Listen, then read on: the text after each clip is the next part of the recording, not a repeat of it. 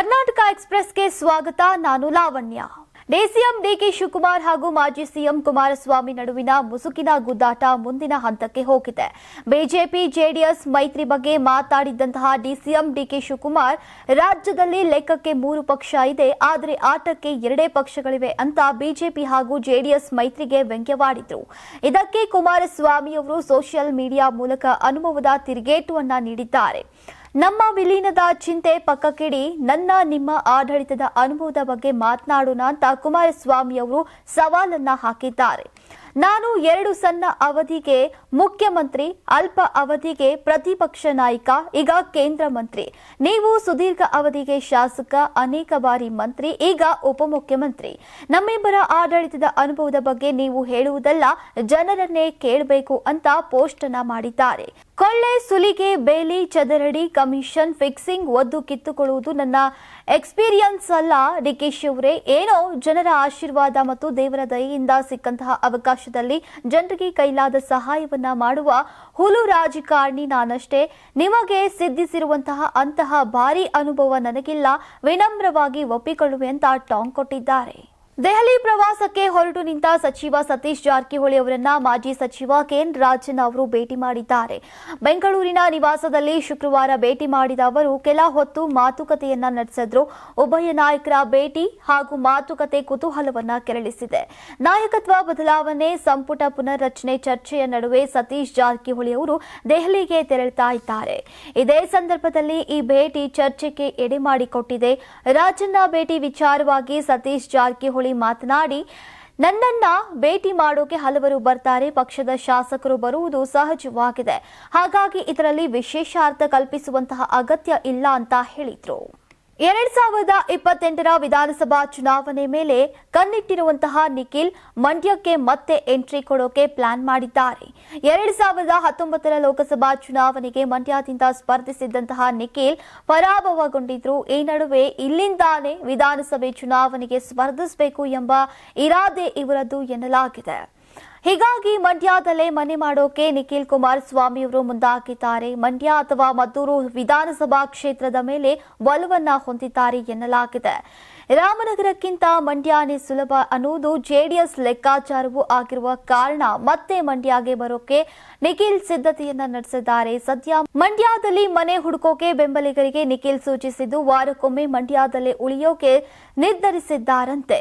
ಈ ಹಿಂದೆ ವಾರಕ್ಕೊಮ್ಮೆ ಕ್ಷೇತ್ರಕ್ಕೆ ಬರ್ತೇನೆ ಅಂತ ಎಚ್ಡಿಕೆ ಹೇಳಿದ್ರು ಕೂಡ ಅಪರೂಪಕ್ಕೊಮ್ಮೆ ಮಾತ್ರ ಮಂಡ್ಯ ಜಿಲ್ಲೆಗೆ ಬರ್ತಿದ್ದಾರೆ. ಕೇಂದ್ರ ಸಚಿವ ಜವಾಬ್ದಾರಿ ಅನಾರೋಗ್ಯದಿಂದ ವಾರಕ್ಕೊಮ್ಮೆ ಭೇಟಿ ಸಾಧ್ಯವಾಗ್ತಾ ಇಲ್ಲ. ಹೀಗಾಗಿ ಈಗ ಮಗನ ಮೂಲಕ ಜಿಲ್ಲೆ ಮೇಲೆ ಹಿಡಿತ ಸಾಧಿಸೋಕೆ ಎಚ್ಡಿಕೆ ಕೂಡ ಚಿಂತನೆ ನಡೆಸಿದ್ದಾರೆ ಎನ್ನಲಾಗಿದೆ. ವಾಲ್ಮೀಕಿ ಅಭಿವೃದ್ಧಿ ನಿಗಮದ ಬಹುಕೋಟಿ ಹಗರಣಕ್ಕೆ ಸಂಬಂಧಿಸಿದಂತೆ ಕಾಂಗ್ರೆಸ್ ಮಾಜಿ ಸಚಿವ ಬಿ ನಾಗೇಂದ್ರಗೆ ಸಿಬಿಐ ಶಾಕ್ ಕೊಟ್ಟಿದೆ. ಸಚಿವ ಸ್ಥಾನದ ನಿರೀಕ್ಷೆಯಲ್ಲಿದ್ದಂತಹ ನಾಗೇಂದ್ರಗೆ ನೋಟಿಸ್ ಅನ್ನ ನೀಡಿ ವಿಚಾರಣೆಗೆ ಹಾಜರಾಗುವಂತೆ ಸೂಚಿಸಲಾಗಿದೆ ಮತ್ತು ಬಂಧನದ ಭೀತಿಯೂ ಎದುರಾಗಿದೆ. ಈಗಾಗಲೇ ಬಂಧನಕ್ಕೊಳಗಾಗಿ ಜೈಲು ವಾಸ ಅನುಭವಿಸಿದ್ದಂತಹ ಬಿ ನಾಗೇಂದ್ರ ಇತ್ತೀಚೆಗಷ್ಟೇ ಜಾಮೀನು ಪಡೆದು ಹೊರಬಂದಿದ್ರು. ಸಂಪುಟ ಪುನರ್ರಚನೆ ವೇಳೆ ತನಗೆ ಸ್ಥಾನ ಸಿಗುವ ನಿರೀಕ್ಷೆಯಲ್ಲಿದ್ದಂತಹ ನಾಗೇಂದ್ರ ಮತ್ತೆ ಸಂಕಟಕ್ಕೆ ಸಿಲುಕಿದ್ದಾರೆ. ವಾಲ್ಮೀಕಿ ಹಗರಣಕ್ಕೆ ಸಂಬಂಧಿಸಿದಂತೆ ತನಿಖೆ ಚುರುಕುಗೊಳಿಸಿದ್ದು, ವಿಚಾರಣೆ ವೇಳೆ ಹೆಚ್ಚಿನ ಸಾಕ್ಷ್ಯ ದೊರೆತರೆ ಮತ್ತೊಮ್ಮೆ ಬಂಧಿಸುವಂತಹ ಸಾಧ್ಯತೆ ಇದೆ ಎನ್ನಲಾಗ್ತಾ ಇದೆ. ಇನ್ನು 2024-25ನೇ ಸಾಲಿನ ಯೋಜನೆಗಳಿಗೆ 187 ಕೋಟಿಯನ್ನ ಮೀಸಲಿಡಲಾಗಿತ್ತು. ಇದರಲ್ಲಿ 88 ಕೋಟಿ ಹಣವನ್ನ ನಿಗಮದ ಅಧ್ಯಕ್ಷರ ಗಮನಕ್ಕೆ ಬಾರದಂತೆ Union Bank of India MG ರಸ್ತೆಯ ಶಾಖೆಯ ಅನಧಿಕೃತ ಖಾತೆಗೆ ವರ್ಗಾವಣೆ ಮಾಡಲಾಗಿದೆ ಎಂಬ ಆರೋಪ ಕೇಳಿ ಬಂದಿದ್ವು. ಈ ಅಕ್ರಮದಲ್ಲಿ ಬಿ ನಾಗೇಂದ್ರ ಪಾತ್ರ ಇದೆ ಅಂತ ವಿರೋಧ ಪಕ್ಷಗಳು ಆರೋಪಿಸಿದ್ವು. ಚಿಕ್ಕಮಗಳೂರು ಕಾಂಗ್ರೆಸ್ನಲ್ಲಿ ಭಿನ್ನಮತದ ಹೊಗೆ ಕಾಣಿಸಿಕೊಂಡಿದೆ. ಡಿಕೆ ಶಿವಕುಮಾರ್ ಆಪ್ತಬನದಲ್ಲಿ ಗುರುತಿಸಿಕೊಂಡು 40 ವರ್ಷಗಳಿಂದ ಕಾಂಗ್ರೆಸ್ ಪಕ್ಷದಲ್ಲಿ ಸಕ್ರಿಯರಾಗಿದ್ದರಂತಹ ಎಂಎಲ್ ಮೂರ್ತಿ ಪಕ್ಷಕ್ಕೆ ಗುಡ್ ಬೈ ಅನ್ನ ಹೇಳಿದ್ದಾರೆ. ಹಾಲಿ ಕೆಪಿಸಿಸಿ ರಾಜ್ಯ ಕಾರ್ಯದರ್ಶಿ ಹುದ್ದೆ ಹಾಗೂ ಪಕ್ಷದ ಪ್ರಾಥಮಿಕ ಸದಸ್ಯತ್ವಕ್ಕೆ ರಾಜೀನಾಮೆಯನ್ನ ಸಲ್ಲಿಸಿದ್ದಾರೆ. ಈ ಹಿಂದೆ ಜಿಲ್ಲಾಧ್ಯಕ್ಷ ಸಿಡಿಎ ಅಧ್ಯಕ್ಷರಾಗಿ ಅವರು ಕಾರ್ಯವನ್ನ ನಿರ್ವಹಿಸಿದ್ರು. ಈಗ ಪಕ್ಷ ಅಧಿಕಾರಕ್ಕೆ ಬಂದರೂ ಯಾವುದೇ ಹುದ್ದೆ ನೀಡದೆ ಇರುವುದರ ಬಗ್ಗೆ ಈಗ ಅಸಮಾಧಾನವನ್ನಗೊಂಡಿದ್ರು. ಜಿಲ್ಲೆಯಲ್ಲಿ ಕಾಂಗ್ರೆಸ್ ಕ್ಲೀನ್ ಸ್ವೀಪ್ ಮಾಡಿದ್ರೂ ಕೂಡ ನಾಯಕರಲ್ಲಿ ಹೊಂದಾಣಿಕೆ ಕೊರತೆ ಎದ್ದು ಕಾಣ್ತಾ ಇದೆ. ಜಿಲ್ಲಾ ಕಾಂಗ್ರೆಸ್ನಲ್ಲಿ ಎಂಎಲ್ ಮೂರ್ತಿ 40 ವರ್ಷಗಳಿಂದ ಸಕ್ರಿಯರಾಗಿದ್ರು. ಅವರ ರಾಜೀನಾಮೆಯಿಂದ ಹೊಂದಾಣಿಕೆ ಕೊರತೆ ಎದ್ದು ಕಾಣ್ತಾ ಇದೆ. 5ಕ್ಕೆ 5 ವಿಧಾನಸಭಾ ಕ್ಷೇತ್ರದಲ್ಲಿ ಜಯಬೇರಿ ಸಾಧಿಸಿರುವ ಬಗ್ಗೆ ಈಗ ಕಾಂಗ್ರೆಸ್ನಲ್ಲಿ ಇದು ಆಂತರಿಕ ಸಂಘರ್ಷಕ್ಕೆ ಮುನ್ನುಡಿ ಬರೆದಂತಾಗಿದೆ. ತಮ್ಮ ಕಳ್ಳತನ ನಿಂತು ಹೋಗುವ ಭಯದಿಂದ ವಿಬಿಜಿ ರಾಮ್ಜಿ ಯೋಜನೆಗೆ ಕಾಂಗ್ರೆಸ್ ವಿರೋಧ ಮಾಡ್ತಾ ಇದೆ ಅಂತ ಮಾಜಿ ಸಿಎಂ ಬಸವರಾಜ ಬೊಮ್ಮಾಯಿ ಅವರು ಆರೋಪಿಸಿದ್ದಾರೆ. ವಿಬಿಜಿ ರಾಮ್ಜಿ ಯೋಜನೆಯಲ್ಲಿ ಈಗ 100ರಿಂದ 125ಕ್ಕೆ ಕೂಲಿ ದಿನ ಹೆಚ್ಚಳ ಮಾಡಿದ್ದಾರೆ. ಇದರಿಂದ ಕೂಲಿ ಕಾರ್ಮಿಕರಿಗೆ ಅಂದ್ರೆ ಕೂಲಿಗಾರರಿಗೆ ಅನುಕೂಲ ಆಗಲಿದೆ. ವಿಬಿಜಿ ರಾಮ್ಜಿ ವಿಧೇಯಕದ ಕ್ಲಾಸ್ 16ರಲ್ಲಿ ಈಗ ಪ್ರತಿ ಮನೆಯಲ್ಲೂ ಕೆಲಸ ಇರುವವರು ಇಲ್ಲದವರ ಪಟ್ಟಿ ಮಾಡುವುದು, ಅಭಿವೃದ್ಧಿ ಯೋಜನೆಯನ್ನ ರೂಪಿಸುವುದು, ಅನುಷ್ಠಾನಗೊಳಿಸುವುದು, ಕಾರ್ಮಿಕರಿಗೆ ಕೂಲಿ ಕೊಡುವ ಅಧಿಕಾರ ಗ್ರಾಮ ಪಂಚಾಯಿತಿಗಳಿಗೆ ಇದೆ. ಸಂವಿಧಾನದ 73ನೇ ತಿದ್ದುಪಡಿಯನ್ನ ಸಂಪೂರ್ಣ ಬಳಕೆ ಮಾಡಿಕೊಳ್ಳಲಾಗಿದೆ. ಇದನ್ನ ಸರಿಯಾಗಿ ಓದಬೇಕು. ಗ್ರಾಮೀಣ ಜನರಿಗೆ ಹೆಚ್ಚಿನ ಸದುಪಯೋಗ ನೀಡೋಕೆ ಸಕಾರಾತ್ಮಕವಾಗಿ ಈ ಯೋಜನೆ ಇದೆ. ಇದನ್ನ ಕಾಂಗ್ರೆಸ್ ಕೋರ್ಟ್ನಲ್ಲಿ ಚಾಲೆಂಜ್ ಮಾಡಲಿ, ಅವರ ನಿಜವನ್ನ ಬಯಲಾಗತ್ತೆ. ಅಧಿವೇಶನದಲ್ಲಿ ಯೋಜನೆಯ ಬಗ್ಗೆ ಚರ್ಚೆ ಮಾಡ್ತೇವೆ ಅಂತ ಬಸವರಾಜ ಬೊಮ್ಮಾಯಿ ಅವರು ಹೇಳಿದ್ದಾರೆ. ಹುಬ್ಬಳ್ಳಿ ಬಿಜೆಪಿ ಕಾರ್ಯಕರ್ತೆ ವಿವಸ್ತ್ರ ಪ್ರಕರಣಕ್ಕೆ ಸಂಬಂಧ ಪಾಲಿಕೆ ಸದಸ್ಯೆ ಸುವರ್ಣ ಕಲ್ಲಕುಂಟ್ಲ ವಶಕ್ಕೆ ಪಡೆಯುವ ವೇಳೆ ಭಾರಿ ಹೈ ಡ್ರಾಮಾನೇ ಕ್ರಿಯೇಟ್ ಆಗಿದೆ. ಕೇಶವಾಪುರ ಠಾಣೆಯಲ್ಲಿ ನಿನ್ನೆ ರಾತ್ರಿ ಸುವರ್ಣ ಕಲಕುಂಟ್ಲ ವಿರುದ್ಧ ದೂರು ದಾಖಲಾಗಿತ್ತು. ದೂರು ದಾಖಲಾಗ್ತಾ ಇದ್ದಂತೆ ನಾಪತ್ತೆಯಾಗಿದ್ರು. ಹುಬ್ಬಳ್ಳಿ ಹೊರವಲಯದಲ್ಲಿ ಪೊಲೀಸರು ವಶಕ್ಕೆ ಪಡೆಯೋಕೆ ಮುಂದಾದ ವೇಳೆ ಕುಸಿದು ಬಿದ್ದಿದ್ದಾರೆ. ಆರೋಗ್ಯದಲ್ಲಿ ಏರುಪೇರು ಹಿನ್ನೆಲೆಯಲ್ಲಿ ಕಿಮ್ಸ್ಗೆ ಕರೆತಂದು ಚಿಕಿತ್ಸೆಯನ್ನ ನೀಡಲಾಗಿದೆ. ಕೊನೆಗೂ ಅಳೆದು ತೂಗಿ ಕಮಿಷನರ್ ಎನ್ ಶಶಿಕುಮಾರ್ ಕ್ರಮ ಕೈಗೊಂಡಿದ್ದಾರೆ. ಕೇಶವಾಪುರ ಪೊಲೀಸ್ ಠಾಣೆ ಇನ್ಸ್ಪೆಕ್ಟರ್ ಎಸ್ಕೆ ಹಟ್ಟಿ ಅವರನ್ನ ಈಗ ಕಮಿಷನರ್ ಕಚೇರಿಗೆ ವರ್ಗಾವಣೆ ಮಾಡಿ ಆದೇಶವನ್ನ ಹೊರಡಿಸಿದ್ದಾರೆ. ಪ್ರಕರಣದ ತನಿಖೆ ನಡೆಸೋಕೆ ವಿಶೇಷ ತಂಡ ರಚನೆ ಮಾಡಲಾಗಿದೆ. ಸತ್ಯಾಸತ್ಯತೆ ವಿಚಾರಣೆ ಮಾಡಿ ವರದಿ ನೀಡುವಂತೆ ಎಸಿಪಿ ನೇತೃತ್ವದ ತಂಡಕ್ಕೆ ಜವಾಬ್ದಾರಿಯನ್ನ ನೀಡಿದ್ದಾರೆ. ಸಿಎನ್ ವಿಭಾಗದ ಎಸಿಪಿ ಶಿವರಾಜ್ ಕಟಕಬಾವಿ ನೇತೃತ್ವದಲ್ಲಿ ಈಗ ವಿಶೇಷ ತಂಡ ತನಿಖೆಯನ್ನ ಆರಂಭಿಸಿದೆ. ವರದಿಯೊಂದರ ಪ್ರಕಾರ ಗ್ರಾಮೀಣ ಪ್ರದೇಶದ 78% ಮಕ್ಕಳು ನಗರ ಪ್ರದೇಶದ ಮಕ್ಕಳಿಗಿಂತ ಮೊಬೈಲ್ ಫೋನ್, ಲ್ಯಾಪ್ಟಾಪ್, ಟ್ಯಾಬ್ ಮತ್ತು ಕಂಪ್ಯೂಟರ್ಗಳನ್ನು ಬಳಸುವಂತಹ ವ್ಯಸನಿಗಳಾಗಿದ್ದಾರಂತೆ. ಇದು ಮಹಿಳೆಯರು ಮತ್ತು ಹುಡುಗಿಯರ ಮೇಲಿನ ಅತ್ಯಾಚಾರ ಪ್ರಕರಣ ಹೆಚ್ಚಳಕ್ಕೆ ಕಾರಣವಾಗಿದೆಯಂತೆ.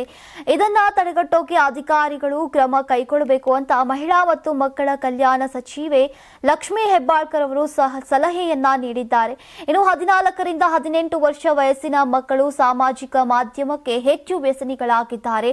ಇದು ನಿಜಕ್ಕೂ ಕಳವಳಕಾರಿ. ಕಾನೂನು, ಶಿಕ್ಷಣ, ಆರೋಗ್ಯ ಮತ್ತು ಗ್ರಾಮೀಣಾಭಿವೃದ್ಧಿ ಇಲಾಖೆಗಳನ್ನ ಒಳಗೊಂಡ ಸಮಿತಿ ರಚನೆಯಾಗಿದೆ. ಕೂಡ ಸಾಮಾಜಿಕ ಮಾಧ್ಯಮ ಮತ್ತು ಆನ್ಲೈನ್ ಕಿರುಕುಳದ ಪಿಡುಗು ನಿಂತಿಲ್ಲ ಅಥವಾ ಕಡಿಮೆಯಾಗಿಲ್ಲ.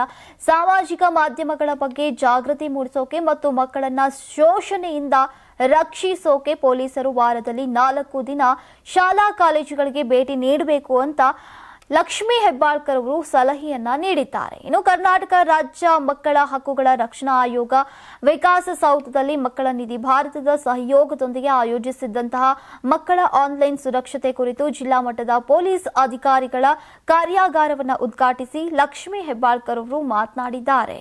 ಭೂ ಸ್ವಾಧೀನ ಪಡಿಸಿಕೊಂಡು ಪರಿಹಾರ ನೀಡೋಕೆ ವಿಳಂಬ ಮಾಡಿದ ಹಿನ್ನೆಲೆಯಲ್ಲಿ ಹಾಸನ್ ಜಿಲ್ಲಾಧಿಕಾರಿಗಳ ಕಾರನ್ನ ಜಪ್ತಿ ಮಾಡುವಂತೆ ನ್ಯಾಯಾಲಯ ಆದೇಶಿಸಿದೆ.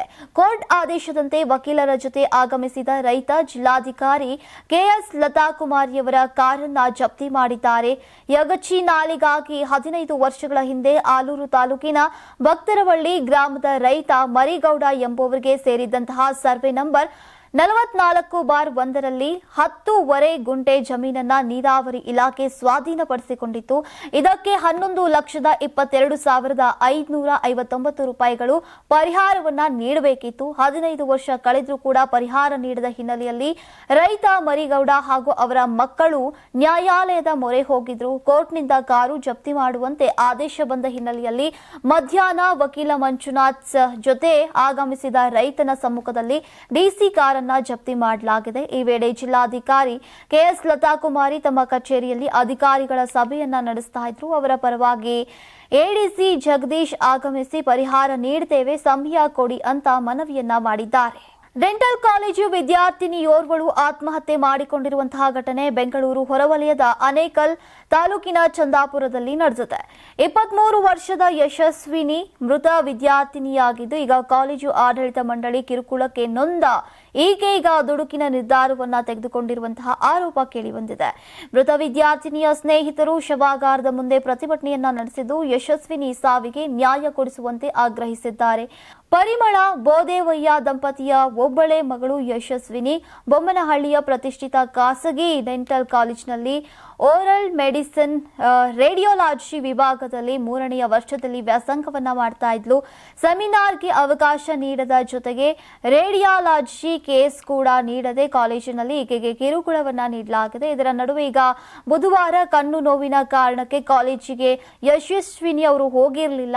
ಮಾರನೇ ದಿನ ಕಾಲೇಜಿಗೆ ಬಂದಾಗ ಕಣ್ಣಿಗೆ ಯಾವ ಡ್ರಾಪ್ಸ್ ಬಳಸಿದೆ, ಎಷ್ಟು ಹನಿ ಡ್ರಾಪ್ಸ್ ಅನ್ನ ಹಾಕಿಕೊಂಡೆ, ಪೂರ್ತಿ ಬಾಟಲ್ ಹಾಕಿಕೊಂಡ್ಯಾ ಎಂತೆಲ್ಲ ಕೇಳಿ ಪ್ರಾಧ್ಯಾಪಕರು ಅವಮಾನ ಮಾಡಿದ್ರಂತೆ. ಇದರಿಂದ ನೊಂದು ಈಕೆ ಪ್ರಾಣವನ್ನ ಕಳೆದುಕೊಳ್ಳುವಂತಹ ನಿರ್ಧಾರವನ್ನ ಮಾಡಿದ್ದಾಳೆ ಎನ್ನಲಾಗಿದೆ. ನೀವು ಸಣ್ಣ ಆಗ್ಬೇಕಲ್ವಾ? ಅದು ಒಂದು ಉತ್ತಮ ಆಹಾರದಿಂದ ಸಣ್ಣ ಆಗ್ಬೇಕಲ್ವಾ? ಪ್ರತಿದಿನ ನಮ್ಮ ಜೀನಿ ಸ್ಲಿಮ್ ನ ಯೂಸ್ ಮಾಡಿ ಯಾವುದೇ ಸೈಡ್ ಎಫೆಕ್ಟ್ ಇಲ್ದಂಗೆ ನೀವು ಸಣ್ಣ ಆಗ್ತೀರಾ.